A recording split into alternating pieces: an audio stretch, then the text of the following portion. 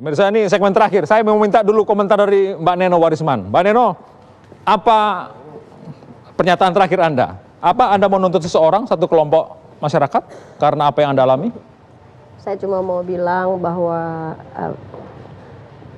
bangsa ini masa depan itu bukan milik kita, tapi milik anak cucu kita. Karena itu anak cucu kita membutuhkan keteladanan, membutuhkan kepastian akan nasib mereka di masa datang. Maka kita harus memberi teladan yang baik, ya. Acara ini bukan hanya orang dewasa, tapi juga anak remaja juga ikut menyaksikan, sehingga kita punya tanggung jawab untuk memberikan teladan kepada mereka. Khusus kasus Anda bagaimana? Ya? Khusus pada kasus Anda bagaimana?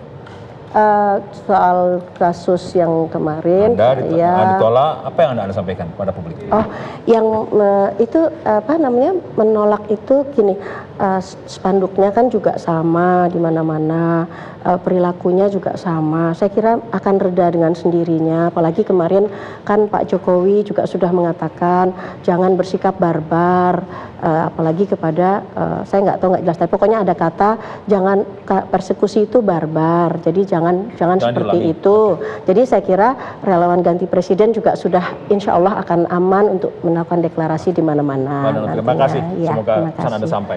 Ya. Ke Pak Arsul Sani, sebagai pernyataan terakhir, apa yang Anda sampaikan, terutama kepada mereka yang masih mendukung hashtag yang ingin saya 2019 ganti presiden? Ya, yang mungkin akan deklarasi lagi, pindah-pindah ke tempat yang lain juga. Pak Jokowi dan Pak Prabowo sore ini dibalut oleh merah putih telah berpelukan. Nah, kita harus bisa mengambil makna, ya. Mengambil makna itu artinya menjaga kesejukan menjelang menuju Pilpres di bulan April 2019 nanti. Nah, saya ingin meminta pertama tentu kepada koalisi saya sendiri dan kepada yang ada di koalisinya Pak Prabowo, ya. Hal-hal yang kemudian mendatangkan katakanlah penolakan yang meluas, ya, penolakan massa, memang harus kita sikapi dengan bijak. Masing-masing kita itu ya harus punya keberanian untuk bermuhasabah tadi, mengkoreksi, merenungkan diri. Jangan-jangan pada diri kita ada yang salah dengan apa yang telah kita hashtag lakukan. ini maupun yang di sini, dua-duanya. Hak berdemokrasi sekali lagi. Yang dijamin oleh konstitusi. Betul. Itu saja yang ingin saya sampaikan. Bang Fadil terakhir. Ya, saya kira kita berdemokrasi ini sudah lebih dari 20 tahun, ya. Artinya di era reformasi, demokrasi kita sudah menjadi jalan yang kita pilih di dalam bernegara. Jangan sampai kita ditarik mundur lagi. Marilah kita berdemokrasi secara dewasa, kita saling menghargai pendapat orang, mereka yang mempunyai sikap yang berbeda, dan saya kira ini yang kita harapkan. Kita demokrasi yang dewasa itu menghargai perbedaan pendapat. Tidak ada demokrasi tanpa ada perbedaan pendapat.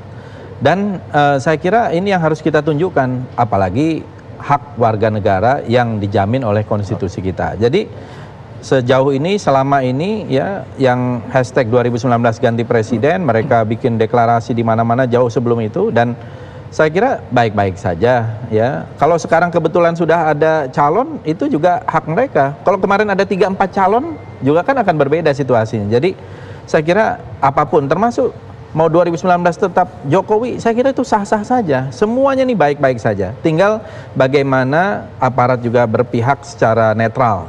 Ya, berpihaknya kepada netralitas itu dan profesionalitas. Jadi jangan sampai ada lagi ke depan ini persekusi dan sebagainya, karena itu yang menimbulkan apa yang disebut juga oleh Pak Arsul, persekusi juga menimbulkan aksi-reaksi di masyarakat. Nah, ini yang kita harapkan ke depan. Terakhir dari Istana Kepresidenan. Saya mau bilang kepada masyarakat Indonesia, utamanya Fadli, Neno Warisman, dan semua para penyebar kebencian hashtag Tagar 2019. Tolong yang ada ganti presiden. Baik, ingat, saya sangat keberatan. Freedom of expression ini itu adalah, kau dengar dulu, karena kau bicara tadi saya dengar. Kau dengar dulu karena kau bicara tadi saya dengar. Iya, tapi tidak usah kau panas dingin dengan komentar saya. Anda menuduh, memang Anda menyebar kebencian. Tidak menyebar kebencian. Jadi kebebasan itu, kebebasan berpendapat itu adalah kebebasan yang tidak absolut. memang diatur dalam Undang-Undang Dasar 1945 pasal 28E, tapi ada turunannya Undang-Undang Nomor 9. Ya, tapi Anda ada tidak boleh ketentuan, menuduh, ada aturan. Anda tidak boleh menuduh karena itu penyebar negara ini ada aturannya, Iya, itu negara tuduhan. ini ada sistemnya yang mengatur tentang sebuah proses. Tetapi kalau proses itu diatur dengan cara-cara menipu, berbohong, mengkelabui publik Menurut Anda, untuk itu menurut atas nama dia, agama, gitu menurut loh. kita, Itulah yang saya apa yang katakan Anda disampaikan menipu, berbohong, enggak, gitu loh. salah. Gitu. Anda yang menipu Oke, dan terima kasih, berbohong. cukup.